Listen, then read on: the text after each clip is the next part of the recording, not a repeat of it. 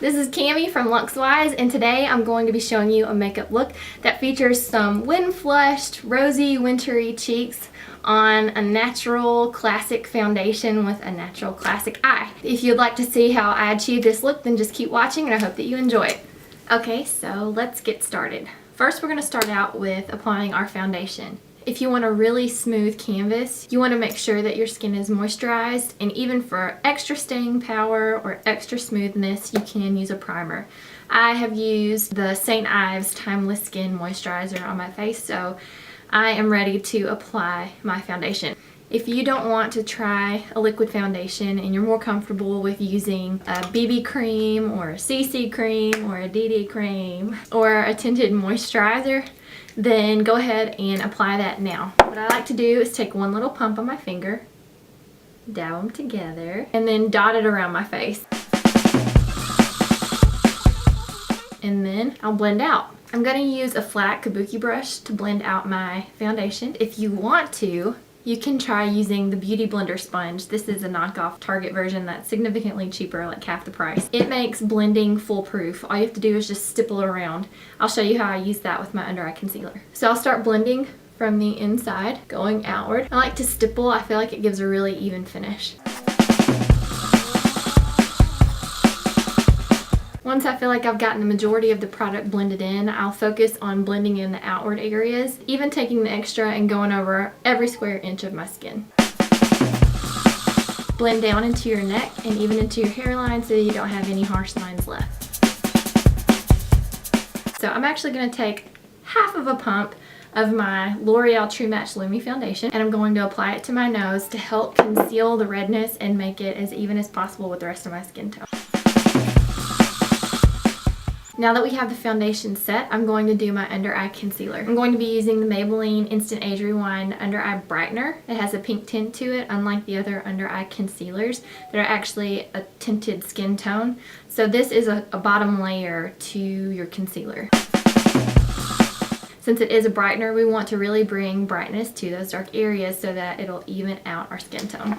Now that I have that applied, I'm going to go back with my actual concealer, which is the Maybelline Fit Me Concealer in number 10 Light. Again, I'm going to focus on the tip of my nose just to make sure that the redness stays away. Here comes the awesome Beauty Blender. All you do is go over the product that you have applied, and then this will do all the work for you. Just stipple away and it'll blend it in magically. Make sure that you go down in a triangular motion from the corner of your eye to the corner of your nose, and then blend all the way back up, because you want to make sure that you don't do that half semicircle underneath your eye. It looks very unnatural. Now, if you have particularly oily skin, or if you're going to need this makeup to last for a long time, you're going to want to set your makeup with a loose setting powder. e.l.f. makes a high-def setting powder that some people have compared to various high-end setting powders and said that it does just as good, if not better. I personally haven't purchased it yet. I'm still trying to use up my Bare Minerals Mineral Veil, so that's what I'll be using to set basically the T-zone of my face, since that's the area that I touch the most. If you want to omit this step, you most certainly can, but I would encourage you to, because it just helps the look to stay as flawless as possible for as long as possible. I've got my loose foundation or setting powder on my kabuki brush, and I'm just going to stipple it on. So that is the most extensive part of the makeup look that you just want to make sure that you've got a really nice smooth canvas to do your blush on, since that is the high point of this look. Now I'm going to take the Wet n Wild Berry Shimmer blush. It looks like this. As you can see, it's a very rich color. This is all you need. You're going to take your brush and just lightly tap it right onto the blush palette. Just like that. Now watch how much color payoff we have from that one little tap.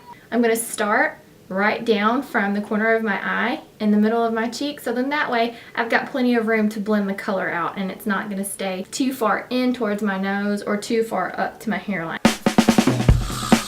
I mean, can you see that? Look at that color payoff.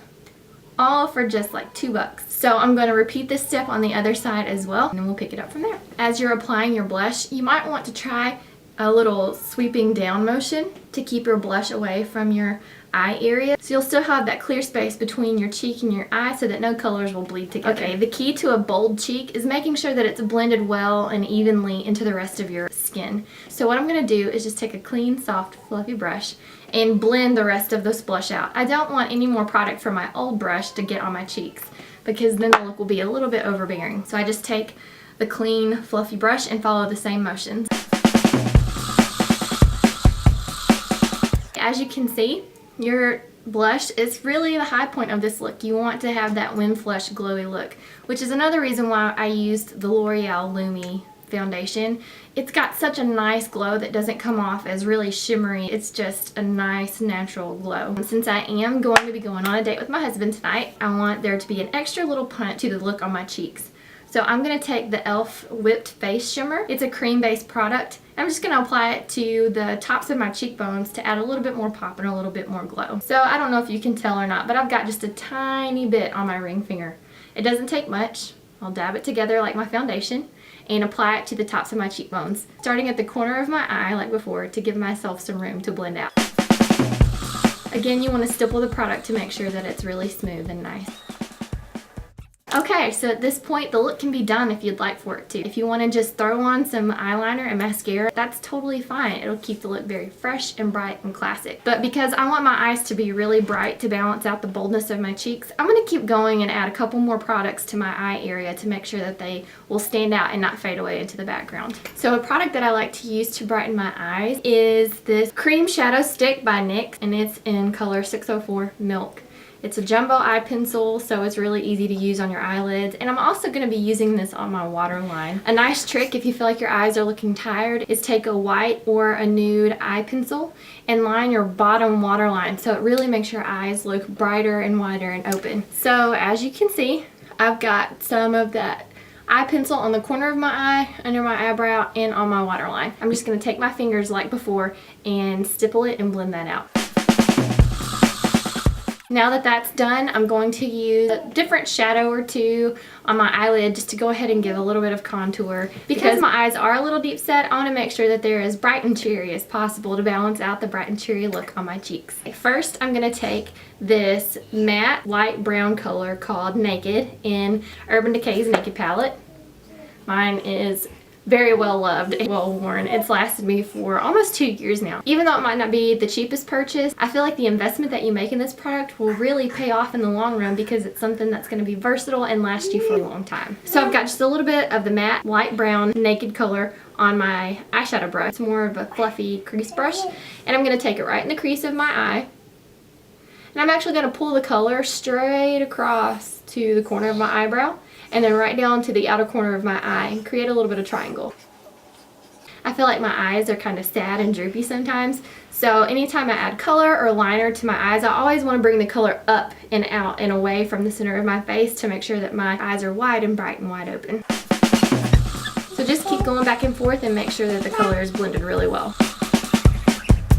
I'm going to do the same thing on the other eye. Next, I'm going to do something that's probably one of my most favorite steps of this whole look, apart from the actual blush on your cheeks. I'm going to use a really light, warm golden color on my bottom lash line instead of using a liner. Since I want my eyes to be fresh-faced looking, I don't want to use a dark, heavy liner. I'm going to take this light gold color called Half Baked from the Naked palette on this flat shader brush. I'm going to stipple it first along my lower lash line and then kind of go back and just smooth it out. It's just really going to be more of a glowy touch to the bottom lash line.